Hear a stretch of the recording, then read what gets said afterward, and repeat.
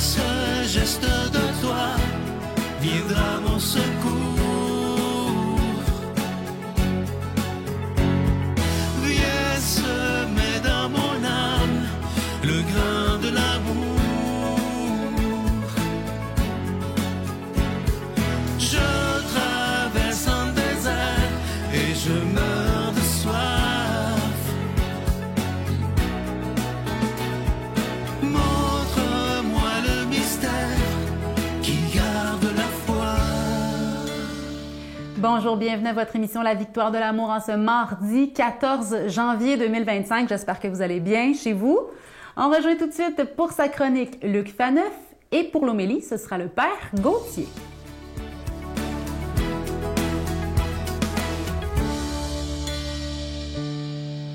Bonjour, merci d'être là. Nous nous servons de notre intelligence pour questionner la foi. Une question à la fois. Aujourd'hui, une question redoutable, mais qui m'apparaissait vraiment absolument essentielle. Il y a plusieurs livres écrits là-dessus. Ça vaut la peine d'aller y faire un tour.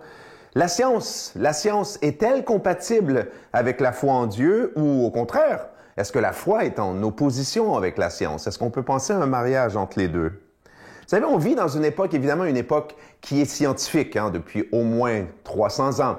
Mais là, du coup, avec le recul des religions, c'est comme si la science avait pris comme toute la place. Et si vous avez fait des sciences à l'école, comme moi j'en ai fait, vous savez que la science, contrairement à la philosophie ou à la religion, elle offre des savoirs qui sont, j'allais dire, assez certains. Des savoirs qui sont absolus. 2 plus 2 égale 4. Bon, là, il n'y a pas de débat là-dessus. Il y a des savoirs qui sont plus au niveau des hypothèses, mais des hypothèses qui ont été au moins partiellement validées. Donc, la science, dans la tête des gens, c'est quelque chose de matériel, c'est un savoir qui est certain, c'est sûr. Alors que les religions, quant à elles, ce sont d'abord des idées. Une croyance, c'est une idée, mais c'est des idées qui sont rattachées à des faits, parce que, en tout cas, les trois monothéistes sont des religions historiques. Mais là, les gens... On entend souvent, on se dit, ouais, mais la religion, on n'est pas trop sûr. Alors que, non, moi, je crois en la science. Attention, avez-vous entendu le buzzer? On peut pas dire je crois en la science. Parce que pour croire en quelque chose, il faut que ce en quoi on croit, son existence soit plus ou moins certain. Alors que dire je crois en la science, c'est aussi absurde que dire je crois au soleil. Le soleil, il est là, les lois de la nature sont là, les lois physiques, les lois chimiques, et là, tu les découvres par l'étude. Mais il y a cette confusion-là. Les gens disent « Ah, moi, je crois pas en Dieu parce que je crois en la science. » Mais au fond, là, déjà, je l'établis. Il y a comme un petit problème avec cette phrase-là. Vous savez, la science et la foi, au fond, quand on y pense, ce sont deux disciplines, j'allais dire, intellectuelles aussi, parce que la religion et la foi engagent la raison aussi, mais qui sont complémentaires.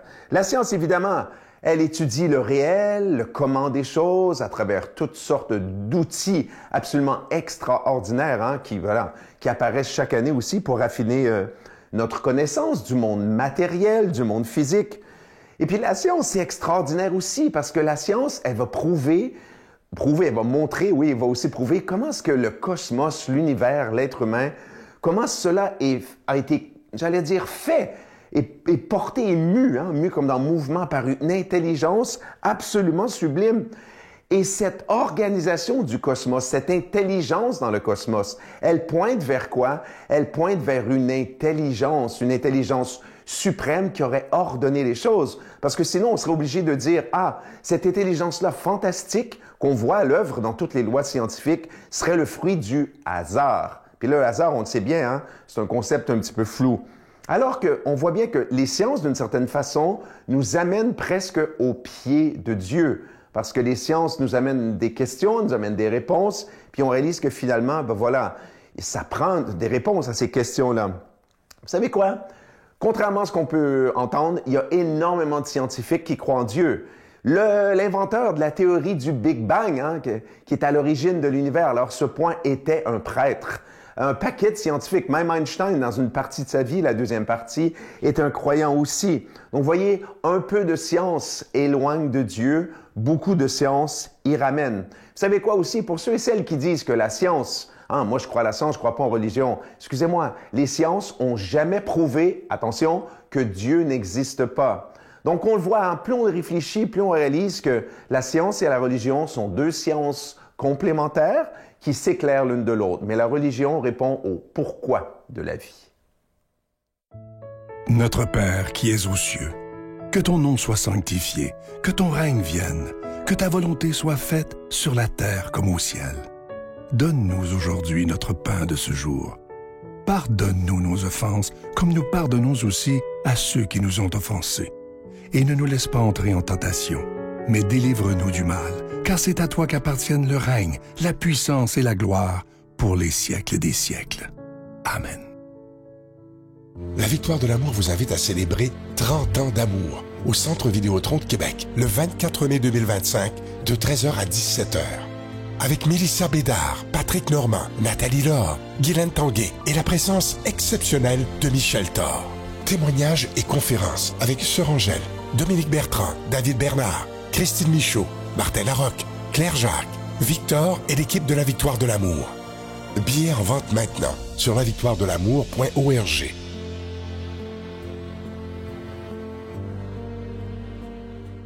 Je prends quelques instants pour solliciter votre aide pour le ministère de la Victoire de l'amour. Vous savez qu'on doit payer pour être à la télévision, que ce soit pour la production et la diffusion. Mais ce que je trouve magnifique, c'est que depuis bientôt 30 ans, on est des milliers et des milliers de personnes à se dire « Nous allons tout faire pour garder cette émission pour des dizaines et des dizaines d'années. » Alors moi, je vous remercie d'investir dans votre foi. C'est extrêmement important. Je vous rappelle ce magnifique cadeau du mois, comme à tous les mois de janvier. C'est un chapelet qui est en cristal, fabriqué à la main par des religieuses à Mexico. Donc, c'est fait dans la prière et ils sont déjà bénis, bien entendu. Il y a aussi cette magnifique carte de Marie que vous voyez à l'écran qui est si belle, en acier inoxydable et elle est déjà bénie également. Je vous rappelle que vous recevrez un reçu pour fin d'impôt et moi, je veux prendre le temps aujourd'hui de vous remercier de tout cœur de ce que vous faites pour la Victoire de l'amour parce que si vous n'étiez pas là, bien évidemment que ce grand rêve n'aurait pas pu exister. Mais grâce à chacun et à chacune de vous qui ont décidé d'investir dans la foi, bien, ce projet-là, il est possible depuis 30 ans. Voici comment vous les procurez. Par la poste à la Victoire de l'amour, casier postal 120, succursale Boucherville à Boucherville, le J4B 5E6, ou par téléphone, par carte de crédit, du lundi au jeudi, de 8h à 17h, au 514-523-4433, ou à notre numéro sans frais, le 1-888-811-9291. Également sur notre site Internet, le www.lavictoiredelamour.org. Avec votre don, vous recevrez aussi un reçu pour fin d'impôt. Merci de donner des mains à la Providence. Merci d'investir dans votre foi.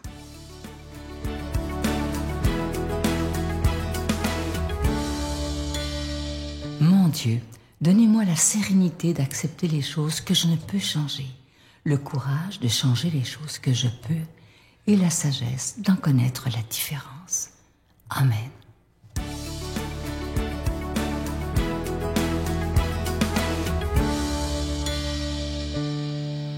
Bonjour, frères et sœurs bien-aimés.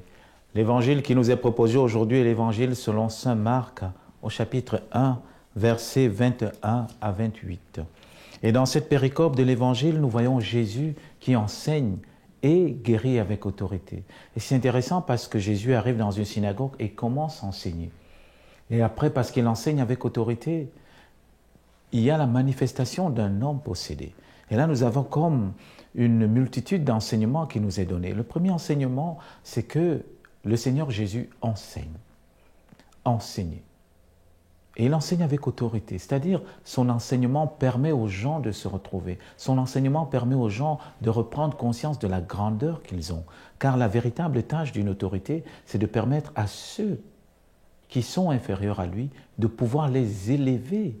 Parce que l'autorité nous élève. La véritable autorité nous permet de devenir nous-mêmes, d'être meilleurs plus que la veille. Et donc Jésus enseigne avec autorité. Ça veut dire que l'enseignement de Jésus permet à chacun de pouvoir donner le meilleur de lui-même. Et ça, c'est un peu le point de départ aujourd'hui que j'aimerais partager avec vous, frères et sœurs. Parfois, je m'excuse de le dire, nous sommes une génération qui fuyons l'enseignement. Nous refusons l'enseignement. Dans l'Église, quand on parle d'enseignement, surtout l'Église catholique, permettez-moi de le dire, n'est-ce pas, dans les paroisses, peu viennent à l'enseignement. J'en fais l'expérience dans les paroisses où je suis passé, dans d'autres paroisses. Quand les prêtres, n'est-ce pas, proposent des enseignements, sur 300, 400 paroissiens, il y a 15, 10 qui viennent. Et vous voyez, l'enseignement nous permet de pouvoir découvrir l'autorité de Jésus dans notre vie. Et la suite, c'est que l'autorité de Jésus se manifeste sur cet homme possédé, sur cet homme qui est comme accablé par les esprits du mal. Et ça nous montre très bien aujourd'hui. Vous et moi, nous sommes accablés par beaucoup de choses. Peut-être ce n'est pas simplement un esprit de possession qui prend une entité maléfique, qui prend possession de notre corps. Non, nous sommes accablés par l'esprit dans tous les sens. Par l'esprit dans tous les sens. Pourquoi? Nous sommes accablés par la pression sociale, nous sommes accablés par la pression économique, nous sommes accablés par le jugement des autres, nous sommes même accablés par notre propre regard sur nous-mêmes. Combien de fois nous ne nous culpabilisons pas, combien de fois nous ne restons pas ancrés dans les blessures de notre vie. Et vous voyez, tous ces esprits qui rôdent autour de nous font que nous devenons des êtres paralysés. Des êtres paralysés, incapables de vivre. Et c'est là où c'est intéressant, parce que là, la parole de Jésus nous libère. La parole de Dieu vient nous libérer de cette servitude des esprits maléfiques. Vient nous libérer, n'est-ce pas, de cette servitude de la pression sociale. Vient nous libérer de cette servitude de la peur, des maladies. Ah, comment elle nous libère? Et c'est là où c'est intéressant. Elle nous libère parce que nous acceptons que Jésus-Christ prenne autorité sur notre vie. Ça veut dire que Jésus-Christ devienne le cœur et le centre de notre vie. Qu'il puisse donner un sens à notre vie. Ça ne veut pas dire que vous et moi, nous n'aurons plus de problèmes. Non. Moi qui vous parle, j'en ai plein, mais je ne les regarde plus de la même manière. Moi qui vous parle au niveau économique, parfois aussi, je suis frappé par l'inflation, comme tout le monde. Tout est devenu cher. Quand je vais faire mes achats, quand je vais faire mes courses, je m'exclame sur le prix. Je dis, wow, c'est pas possible. Et je suis aussi comme vous, je cherche ce qui n'est pas cher pour pouvoir vivre, pour pouvoir subvenir aussi aux différents besoins. Mais comment donc le Christ vient me libérer de ça? Par sa parole d'autorité. Le Christ, en prenant place dans ma vie, me fait regarder le monde d'une autre manière. De un, il me fait ne plus m'inquiéter, parce qu'il m'a dit, je suis avec vous tous les jours jusqu'à la fin du monde. De deux, il me fait venir déposer en lui le fardeau de la journée, parce qu'il a dit, venez à moi, vous tous qui penez sur le poids du fardeau. Vous tous qui penez sur le poids du fardeau, et je vous procurerai de repos. De trois, il m'a dit, ma parole est lumière sous tes pas. Sa parole me libère. Et c'est ça que nous vivons aujourd'hui. Le Seigneur Jésus-Christ, en venant nous enseigner, nous libère. Première chose, il libère notre intelligence de toutes ces pensées négatives. Alors j'aimerais vous dire, frères et sœurs, je comprends que nous sommes attirés dans tous les sens par de multiples occupations, mais prenons un temps pour nous instruire.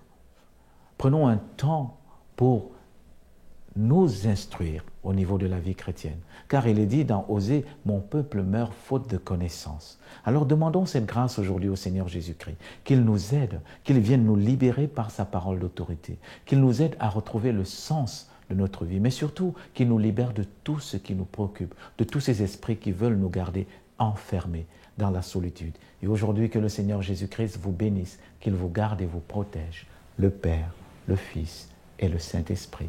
Amen. Je vous salue Marie, pleine de grâce. Le Seigneur est avec vous. Vous êtes bénie entre toutes les femmes, et Jésus, le fruit de vos entrailles, est béni. Sainte Marie, Mère de Dieu, priez pour nous pécheurs, maintenant et à l'heure de notre mort. Amen.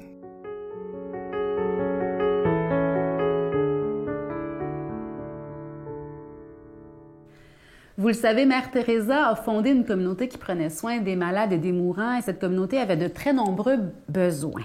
Et elle a vu l'intervention de la Providence parce que sa devise était « Insistons sur le développement de l'amour, de la gentillesse, de la compréhension et de la paix. Le reste nous sera donné. » Insistons sur l'amour, le reste va se déployer dans nos vies, n'est-ce pas? À la suite de Mère Teresa, insistons sur l'amour et la paix d'abord. Bonne journée. Alors, ça brisait ma moelle épinière à 2 niveaux, au niveau cervical, au niveau du cou là, et au niveau du milieu du dos. C'est par ta grâce que je peux m'approcher de toi. C'est par ta grâce que je suis racheté. Tu fais de moi une nouvelle création. De la mort tu m'as sauvé par ta résurrection.